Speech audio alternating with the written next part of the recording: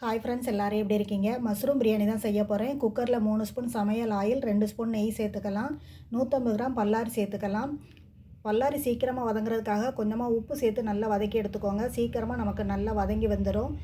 பல்லாரி நல்லா கண்ணாடி பதத்துக்கு வதங்கி வந்ததும் 2 ஸ்பூன் இஞ்சி பூண்டு பேஸ்ட்டு சேர்த்துக்கலாம். இஞ்சி பூண்டு பேஸ்ட்டு பச்சை வாசனை போனதும் பிரியாணி பவுடர் ஆட் பண்ணிக்கலாம். நம்ம விவேகா ப்ராடக்ட்டில் உள்ள பிரியாணி பவுடர் சேர்த்து தான் செய்ய போகிறேன். டேஸ்ட் ரொம்ப ரொம்ப அட்டகாசமாக இருக்கும். 3 ஸ்பூன் அளவு பிரியாணி பவுடர் சேர்த்து ஒரு 2 நிமிஷம் நல்லா மிக்ஸ் பண்ணி விட்ட பிறகு 100 கிராம் தக்காளி சேர்த்து நல்லா வதக்கி எடுத்துக்கலாம். தக்காளி நல்லா மசியும்படியாக வதக்கிக்கோங்க. அப்போ தான் டேஸ்ட் ரொம்பவே நல்லாயிருக்கும். தக்காளி நல்லா வதங்கி வந்ததும் 1/4 டீஸ்பூன் மஞ்சள் தூள், 1/4 டீஸ்பூன் கரம் மசாலா ஆட் பண்ணிக்கலாம்.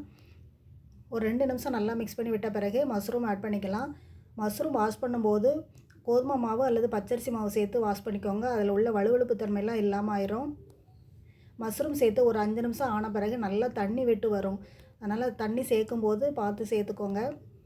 அரிசி ஆட் பண்ணிக்கலாம். சாதாரண சாப்பாடு ரைஸ் தான் சேர்த்து செய்ய போகிறேன். பிரியாணி ரொம்பவே நல்லாயிருக்கும். ரைஸ் சேர்த்து ஒரு 5 நிமிஷம் நல்லா கலந்து விட்ட பிறகு தேங்காய் பால் ஆட் பண்ணிக்கலாம். நீங்கள் தண்ணி கூட சேர்த்துக்கோங்க. சாதாரண சாப்பாடு ரைஸ்னால் 1 டம்ளருக்கு 2 டம்ளர் தண்ணி சேர்த்துக்கோங்க. பிரியாணி ரைஸ்னால் 1 டம்ளருக்கு 1.5 டம்ளர் சேர்த்துக்கோங்க. கரெக்டாக இருக்கும்.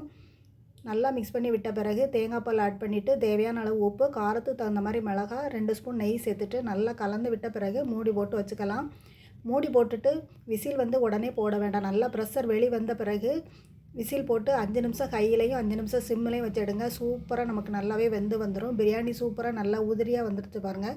குழையவே குழையாது. இந்த மெத்தடில் நீங்கள் தண்ணி சேர்க்கும்போது டேஸ்ட்டு ரொம்ப ரொம்ப நல்லாயிருக்கும். கண்டிப்பாக இதே மெத்தடில் நீங்களும் ட்ரை பண்ணி பாருங்கள்.